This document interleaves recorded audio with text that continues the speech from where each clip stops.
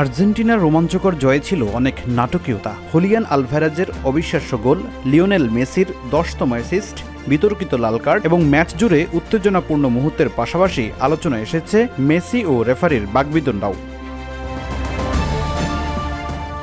ঘটনাটি ম্যাচের 43তম মিনিটের। সুইজারল্যান্ড একটি ফ্রি কিক পাওয়ার পর আর্জেন্টিনার রক্ষণভাগের দেয়ালে দাঁড়িয়েছিলেন মেসি। এ সময় ম্যাচ রেফারি জোয়াও পিনেইরো তাকে নির্দিষ্ট দূরত্ব বজায় রেখে আরও পিছিয়ে যেতে বলেন।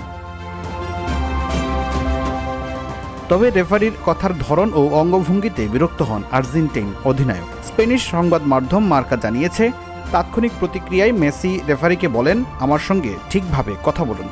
ফ্রি কিক নেয়ার পরও বিষয়টি সেখানেই শেষ হয়নি। টেলিভিশন ক্যামেরায় দেখা যায় মেসি আবারও রেফারির কাছে গিয়ে বলেন, আমার সঙ্গে ঠিকভাবে কথা বলুন, আমাকে অসম্মান করবেন না, আমি আপনার সঙ্গে সম্মান দেখিয়ে কথা বলছি, আপনিও আমার সঙ্গে একইভাবে কথা বলুন।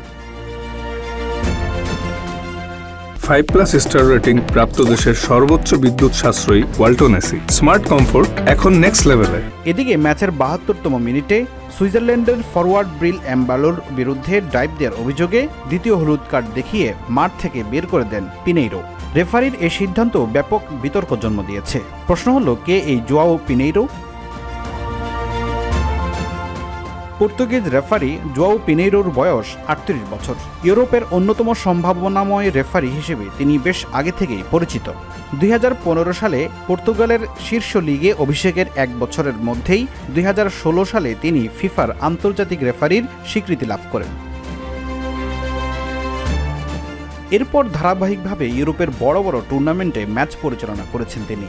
ইউরোপা লিগ এবং 2025 সালে উয়েফা সুপার কাপেও দায়িত্ব পালন করেছেন এই পর্তুগিজ রেফারি।